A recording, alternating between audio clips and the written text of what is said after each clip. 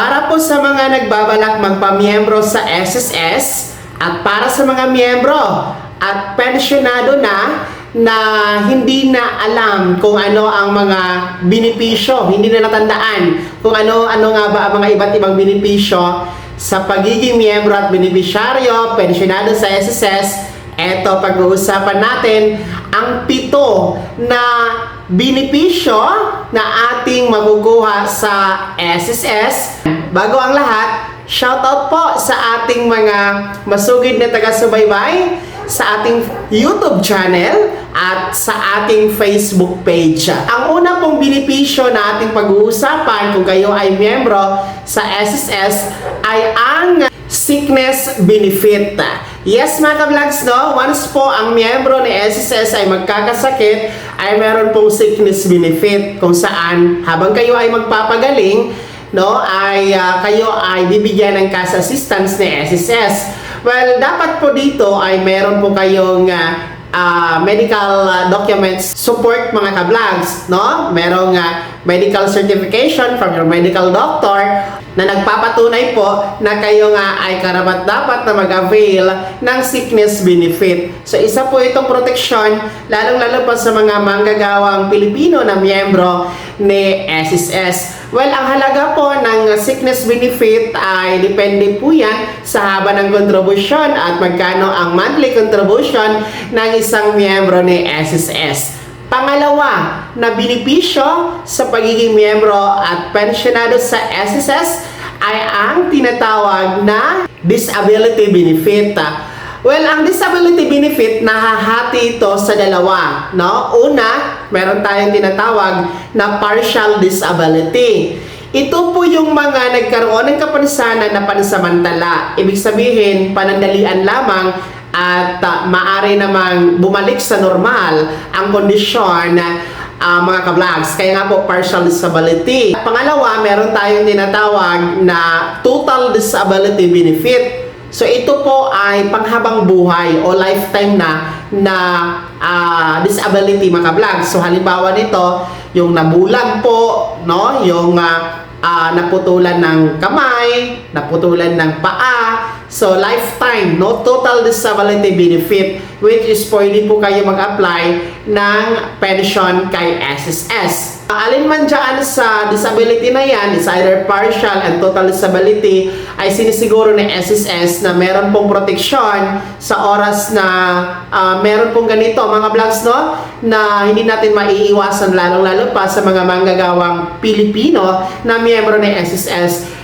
Yung ating pong disability benefit ay depende din po yan ang halaga sa haba ng kontribusyon at magkano ang nahihulog sa SSS. Pangatlong na benepisyo ay ang maternity benefit.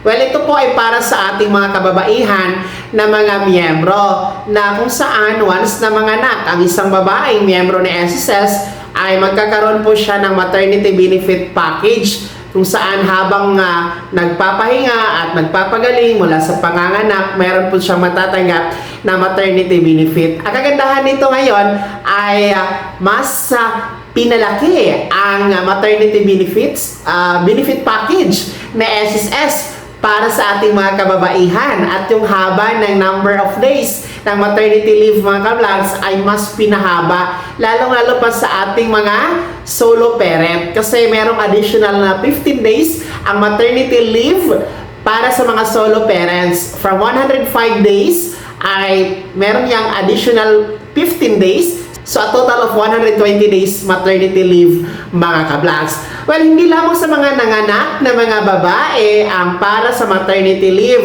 Kabilang din po yung mga nagkaroon ng miscarriage, yung mga nakunan, no? Meron yang 60 days maternity leave benefit. Well, yung halaga din po ay depende sa haba ng kontribusyon at kung magkano ang monthly contribution. Pang-apat po na SSS benefit ay ang retirement benefit. Ang retirement naman, well, ito ang pangarap ng lahat ng mga miyembro sa SSS, yung magre-retire tayo. Once po aabot ang edad natin sa 60 years old pataas, at aabot sa at least 120 months contribution, maaari tayong mag-apply ng retirement benefit o retirement pension.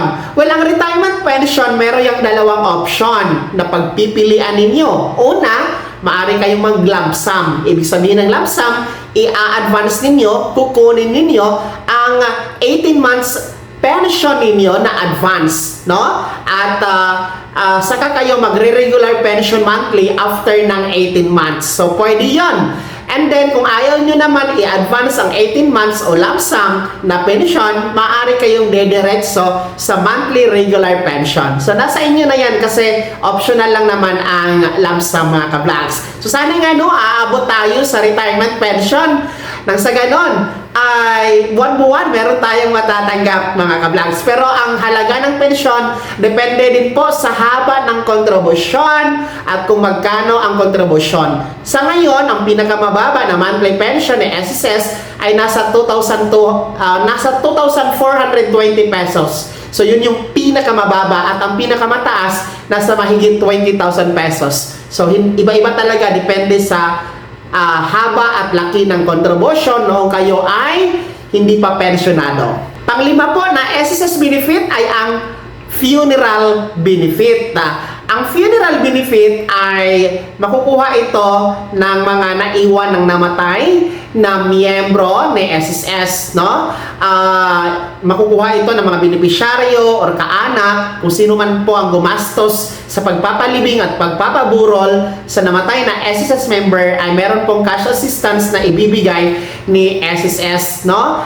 Sinisiguro talaga ni SSS na merong mapagkukunan ang mga naiwan o naulila ng namatay na miyembro. Yung halaga, depende din po sa haba at laki ng contribution ng namatay na miyembro.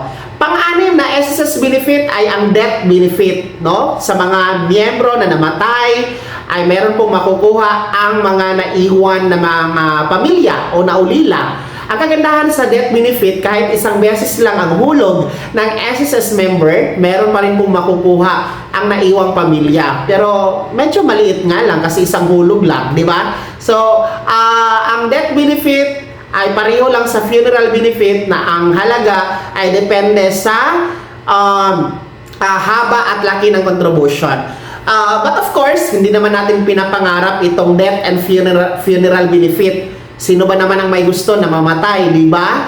Pero mas mabuti na yung handa at sinisiguro yan ni SSS, mga kabalags, kahit papano hindi mahihirapan ang mga naiwan natin na pamilya.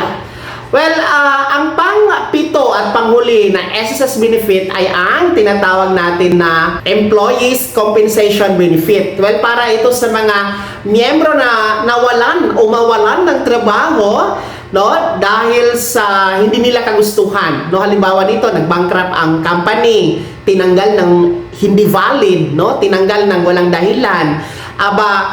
Sila po ang magkakaroon ng Employees Compensation Benefit, kung saan magkakaroon po sila ng cash assistance habang nagsisimula muli o magsisimula sa paghahanap ng trabaho, meron po silang magagamit na cash assistance from SSS. Pero paalala, hindi po kasali sa Employees Compensation Benefit yung mga natanggal dahil sa sarili nilang kagagawan, mga ka-vlogs, no? O may atraso sa kumpanya, hindi yun kasali, ha?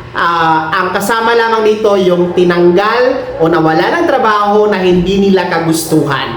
So yan po ang pito na SSS benefit. Updated ito as of this month of May 2026. Kaya nga po sa mga nais magpamiyembro sa SSS, magpamiyembro kayo kasi maganda po ang mga benepisyo na meron ng SSS. And of course, protektado po tayo at sigurado makukuha natin ang mga SSS benefits na yan sa oras ng pangangailangan. Bukod pa riyan, meron tayong mga iba't ibang loan benefits gaya ng salary loan, restructured loan, calamity loan, pension loan, yung atin pong emergency loan at iba pang loan benefits, no? Meron yan sa SSS. Kaya naman mga ka-vlogs, ano po yung comment at reaction sa balitang ito? Nais ko kayong tanungin, kayo ba ay satisfied? Kayo ba ay kontento dito sa mga benepisyo na ino-offered ni SSS para sa atin? ibahagi niyo po sa comment section na nasa baba, pakilakip ng buong pangalan at kung taga saan kayo. Kung bago ka pa lang sa aking channel o di kaya di ka pa nakasubscribe, i-click niyo muna ang subscribe button na nasa baba. Huwag kalimutan na pindutin ang notification bell, ilagay sa all para una ka sa mga balita na i-upload ko. Maraming salamat! God bless! Mag-ingat mga ka-vlogs!